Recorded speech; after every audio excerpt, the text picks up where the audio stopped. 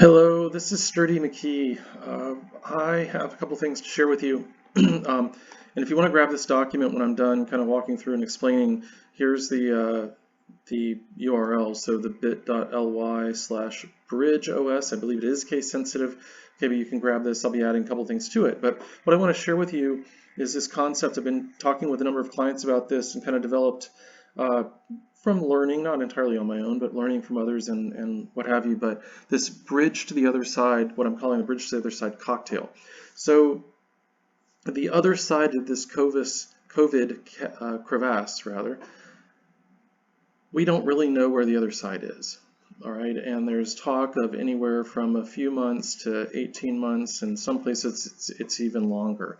And while back to normal might be quite a bit longer for certain business owners, especially those in the PT and rehab world, it might be a little bit earlier. There's some real reason for optimism here as well.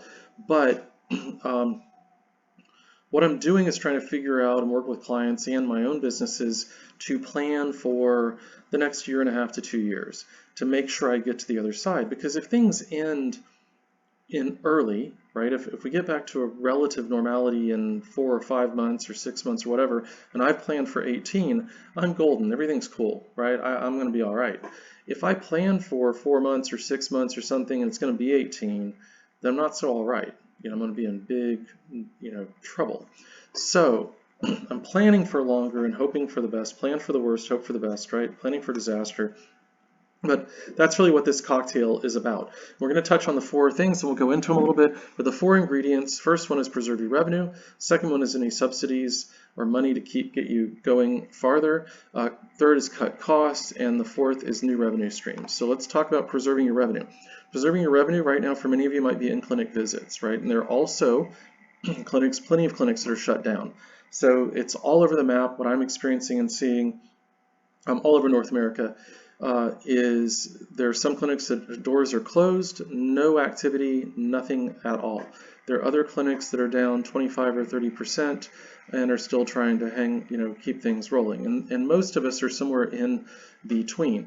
And these are in-clinic visits, though, that I'm talking about, but they're also the telehealth visits. And in the PT world, this is a change. It's a little bit of a rethinking of our identity as clinicians. It's a little bit shocking to some people, but I would submit to you that as far as a business model and revenue streams, that this is just another prong, another version of the same thing. So it's the same service that you're already providing, just through a different medium, a different channel. Recorded stuff like this, perhaps asynchronous gets a little bit farther out there, but synchronous telehealth, whether it's video or phone or whatever, is you providing the same kind of service that you've always provided for a fee. So it's a transactional fee. So I'm putting this in the preserve your revenue bucket, whether you're doing things remotely to keep revenue coming in, or whether you're doing some of it in clinic to keep revenue coming in. But whatever it is you do normally, if you're doing a different version of that, or this, through a different channel, but in essence the same core service,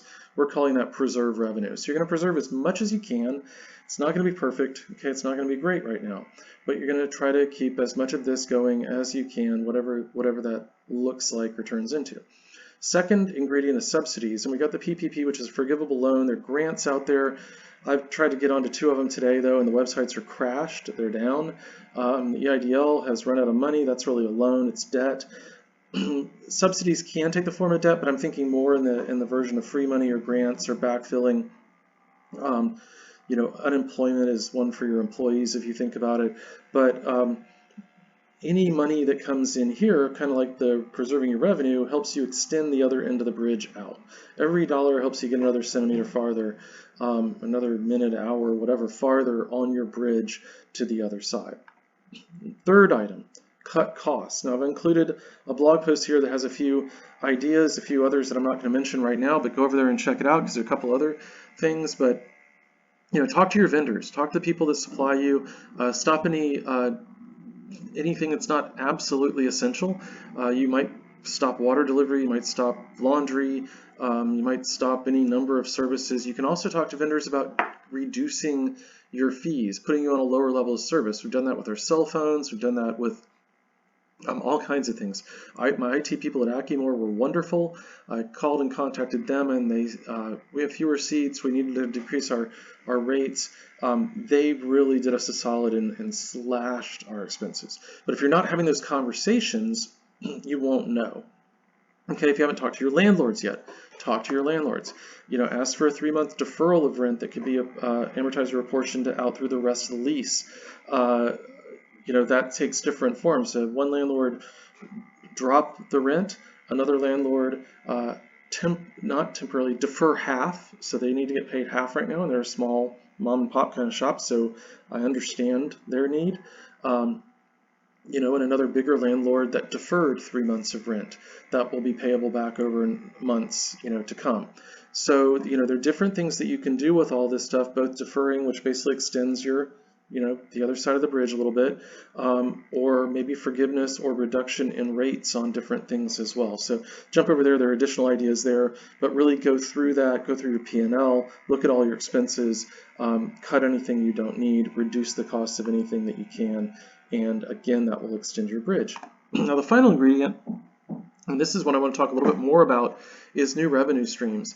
And this can take a number of different forms. You can have membership programs, you can have trainings, you could do classes. I'm going to talk about the class version of this, but again, you're in a knowledge-based business. A lot of what you do is impart your knowledge and help and teach people and answer their questions and that kind of thing. So you're going to provide value to them with any of those types of questions that you would answer. So what if you could turn that into a class format? Now, and here's a page, we'll take you there in a second as well, but I've created a class to create classes, and what that's about is, let me share with you why this is so powerful, I think. When we, as clinic owners, spend our money on rent, let's say you spent rent money on April 1st, and you're seeing a patient maybe via telehealth on April 28th, and then you get paid for that person on May 25th. You've been out that money for about 8 weeks, right? You've spent the rent money, you've paid your staff somewhere along the way, and then you try to collect the money at the end, and you've basically been giving a no-interest loan on the labor and the rent and everything else to whomever, right? To the third-party payer or to the patient or whomever. So we're trying to flip the script on that. Now, I'm doing this class with Linda Borsky, and part of the reason is, a big part of the reason is, she has been very successful in creating classes. One of the cool things about having classes is if she has an 8-week long class and gets paid the week before the class starts, she's not getting paid at 25 days or 30 days or 55 days or whatever. She's getting paid at -7. Okay? And by the way, -14, 21, 28, 35, right? All the way out, whoops. So she is getting paid before she ever provides a service, before she's paid the rent, before she's paid her employees, before she's even perhaps, and we're doing this in the class, teaching you how to sell it before you've actually built it all out. Okay, before you've done all the work. Now, once you've done all the work and you've built it out, and by the way, you already have paying customers to do that, right? Because we're not going to build out week 4, 5, 6, 7, 8 until we actually have sold out the class. Okay, maybe we have week 1, we've got our marketing, we've got our structure, but we're not going to sell the class, we're not going to start the class until we have our class sold out. You can start one class, maybe a beginner's course in something. Think about the diagnoses that you treat. Think about the people that you like to work with. Think about processes or things that you could educate people on who are in businesses like yours, okay? But you can create that if you can sell out one class, and let's say you can charge $100, 10 people, that's $1,000 before you ever start to do it. Maybe that math doesn't work for you, but you can set the price point. Your customers will tell you what price they're willing to pay, right? By whether or not they do it. So in any event, if you're creating a class, let's say it's 10 people at $200 a piece, that's a $2,000 class that you get paid for upfront before you ever start teaching the class. All right, so that's number 1. Number 2, you can then build an advanced class. All right, and then you can do specialty classes.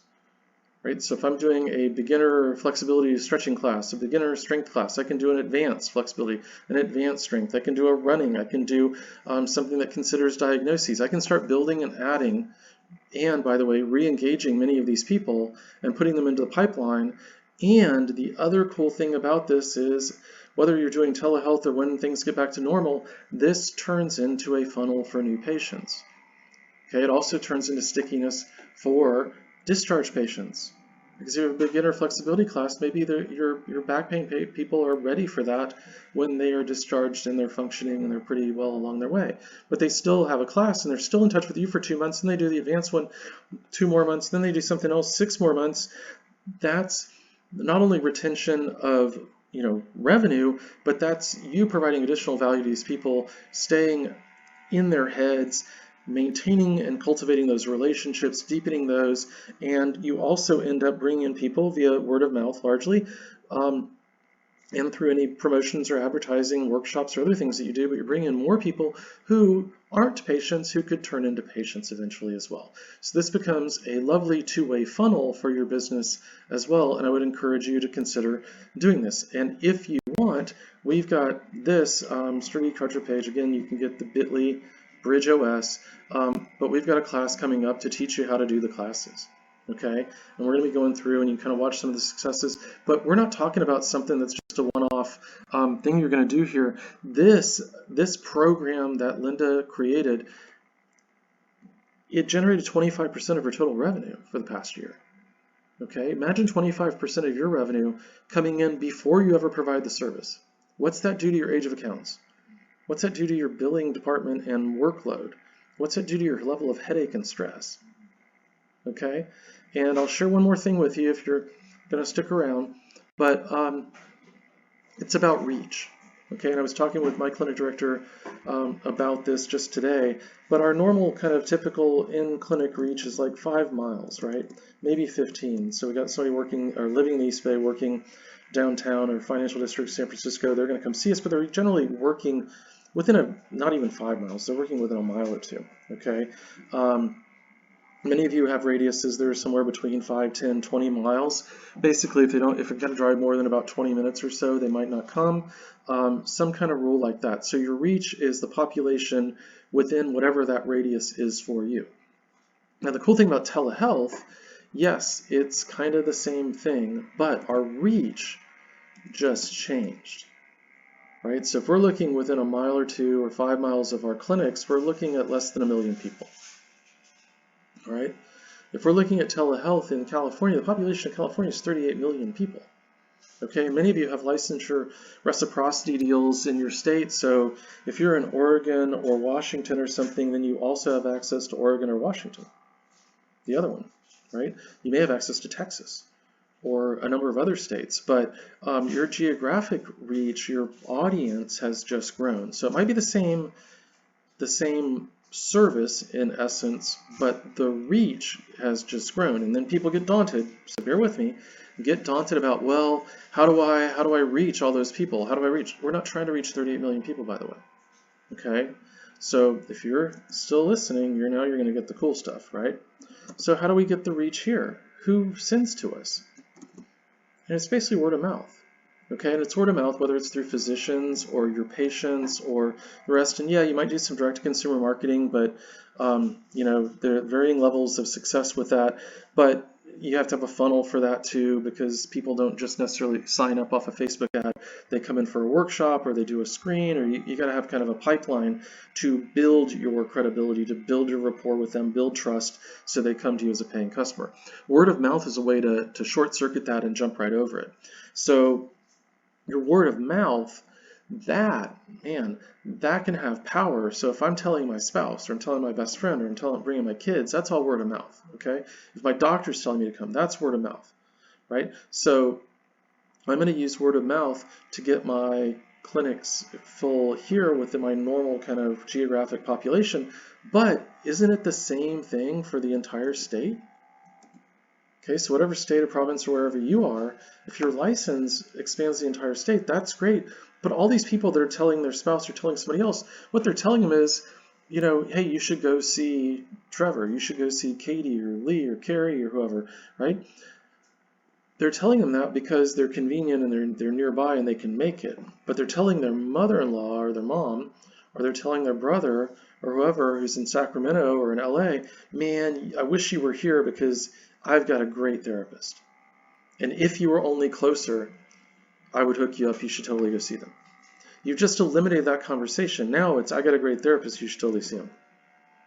Right? All of your patients, all your people, you don't need to reach the entire state. You need to reach people who have connections all over the entire state. All right, so you do this word of mouth, you leverage it, you don't just leave it to happenstance, but leverage word of mouth is facilitating that word of mouth, okay? That's through email promotions, it's through conversations, that's through providing things of value. So you're going to provide videos or education or something. Record, later today we're going to do some towel scrunches and foot strengthening stuff because everybody's at home and their feet hurt. Right, they walk around barefoot in their houses and they haven't been exercising as much and the feet are starting to hurt, especially if they're on hardwood floor and that kind of stuff. So we're going to start teaching them how to do that. Send out an email. Hey, here's what I got. If you're having heel pain, right, or foot pain, check out these new exercises and maybe they'll help you. On the exercise, we're going to put, hey, guess what? We can now see you via telehealth. All right, so you don't have to leave your house. You don't have to brave the buses or the transit or whatever to get to us. And, you might know we're nice and clean and prepared, but do you trust a taxi or an Uber or a bus right now? So, but we can see you, on video, watch you, help you, teach you, screen you, look at stuff, assess, all via this telehealth thing. We can put that call to action on the thing of value that we've already sent to them. So they're liking what we've shared with them, and then they turn around at the end of that and they go, oh, well, maybe, if it's not working, I need to call them, or if it's more complicated, maybe there's something else going on, whatever, okay? Same thing applies to the classes, all right? We can do a whole bunch of advertising and campaigns and other stuff, but why don't we use word of mouth? You probably got a patient list, of hundreds or thousands of people. Again, if you provide value, you're connecting the free stuff, the education, the teaching, the something video instruction that that you're providing for free back to the classes, and your call to action is, hey, either contact us to get an eval or get set up on telehealth, or you can sign up for this class that will help you do X, Y, Z. Now you've got a couple options for them in calls to action, and your reach. Where's your reach now? So if you're listening to me and this isn't translated, right, it's English. Do you know how many English speakers there are in the world? Because if you're doing education and you're not doing treatment, your license is no longer a thing. All right, you're not limited by the government and regulations and stuff in that regard. Okay, so English-speaking world, there are 2 billion English speakers. Right? And even if, let's say, 1/4 will be, could possibly afford to do your classes, 1/4 of those, that's over 500 million people. That's larger than the entire population of every man, woman, and child in the United States. Okay, it's more than everybody in North America.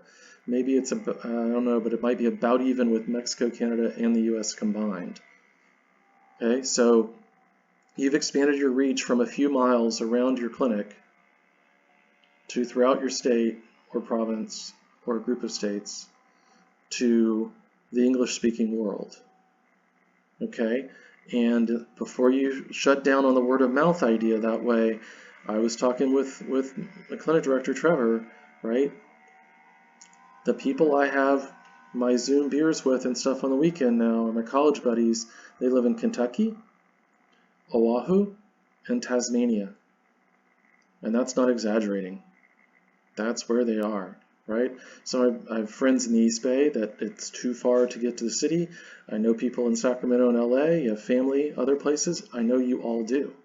So think about that and think about not just you, but your patients, okay? When you're leveraging word of mouth with your patients by educating them about what you can do, providing something cool of value, and offering things that are going to revolutionize the way your business runs.